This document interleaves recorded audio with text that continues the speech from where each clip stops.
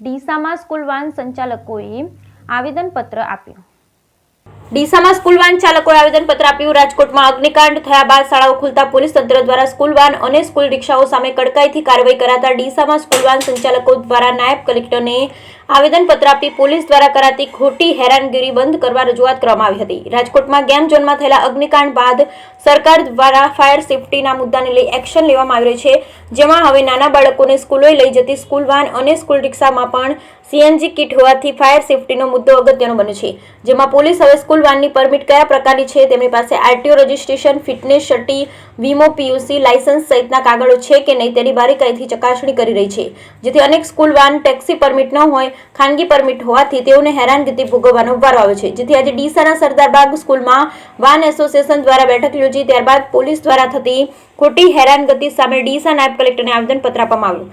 આવેદનપત્રમાં જણાવ્યું હતું કે તમામ લોકોની રોજીરોટી આધાર સ્કૂલ વાન છે, તેઓએ વેકેશન દરમિયાન કોઈ ધંધો રોજગાર મળતો નથી, તેમજ તંત્ર કઈ રીતે તેઓ ફાયર સેફટી રાખી સ્કૂલ વાહન ચાલકો દ્વારા ચલાવવા તૈયાર છે, જેથી પોલીસ દ્વારા થોડી મહેનત આપી ખોટી હેરાનગતિ કરવાની બંધ કરાય તે જરૂરી છે। બ્યુરો રિપોર્ટ ભરત ઠક્કર, ડીસા, બનાસકાંઠા।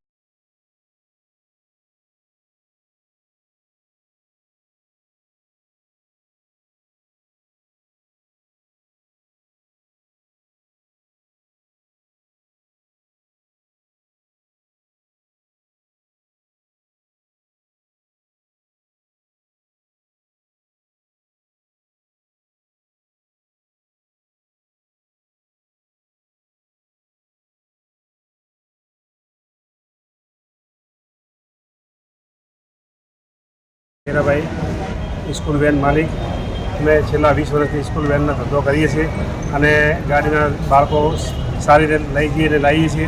આજ દાડો કોઈ બનાવ બન્યો નથી અને સરકારશ્રીને અમે માને કહીએ રજૂઆત કરીએ કે અમારી ગાડી અમારી રીતે સમજતાથી છોકરા ભરીશું અને કોઈ ફરિયાદ આવશે નહીં અને અમે અમારી કાગળિયા ઓકે રાખીશું, જેથી કરીને એમને આવનાર સમયમાં હેરાન ન કરે એવી અમને સરકારશ્રી પોલીસને નમ્રથી વિનંતી કરું। કલ્પેટ ડ્રાઈવર, સ્કૂલ વાન ડ્રાઈવરો અમે બધા સરકારશ્રીને એટલું નિવેદન કરીએ કે તમે લોકો ટેક્સી પાર્કિંગનું અમને કહ્યું, પણ અમારા પાસે હમણાં ટેક્સી પાર્કિંગ કરવાની કોઈ સગવડ નથી, તો કહેતો તમે અમને એની મુદ્દત આપો। અને બીજું કે આટલા 2 મહિનાથી સ્કૂલ વાહનો બધી બંધ હતી અને હવે અમારો ધંધો રોજગાર સ્કૂલ વાહન ઉપર નભે છે। અમારા બહેરા છોકરાનું ગુજરાન અમે સ્કૂલ વાહન ઉપર ચલાવીએ છીએ અને તમે કહેતા હોય તો અમે ગાડીના અંદર બીજું બધું રાખવા તૈયાર છીએ। ફાયર સેફટી છે, બોટલ રિન્યુ છે, પીયુસી, વીમો, કાગળિયા બધા ઓકે રાખવા તૈયાર છીએ।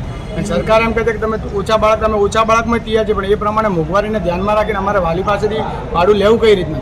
હવે જે બાળકનું ભાડું 600 રૂપિયા ચાલતું અમે એકદમ 1000 રૂપિયા કરીએ, બિચારી સામે વાલી પણ એ ભાડું આપી કઈ રીતના આપી શકે? એટલે સરકારને અમારું એવું નિવેદન છે કે અમને શાંતિથી ધંધો કરવા દો, તમે કહેશો એ પ્રમાણે અમે ચાલીશું તમારી ગાઈડલાઈન મુજબ, પણ એની અમને થોડી મોહલત આપો। અને ખોટી રીતે ગાડીઓ ડિટેન કરો તો તમે 10,000 15,000 દંડ ફટકારો તો બિચારો આમ માણસ ગાડી બી ખોવે, પૈસા એની જોડે હોય નહીં, તો કઈ રીતના ચાલવી શકીએ અમે? એટલે થોડું સરકારને એટલું ધ્યાન દોરીએ કે ભાઈ અમને શાંતિથી ધંધો કરવા દે અને તમે કહેશો એ પ્રમાણે તમારી ગાઈડલાઈન પ્રમાણે અમે ચાલીશું અને ખોટી રીતે કોઈ ગાડીવાળાને હેરાન ના કરે, એટલી સરકારને પોલીસશ્રીને અમારી નમ્ર વિનંતી।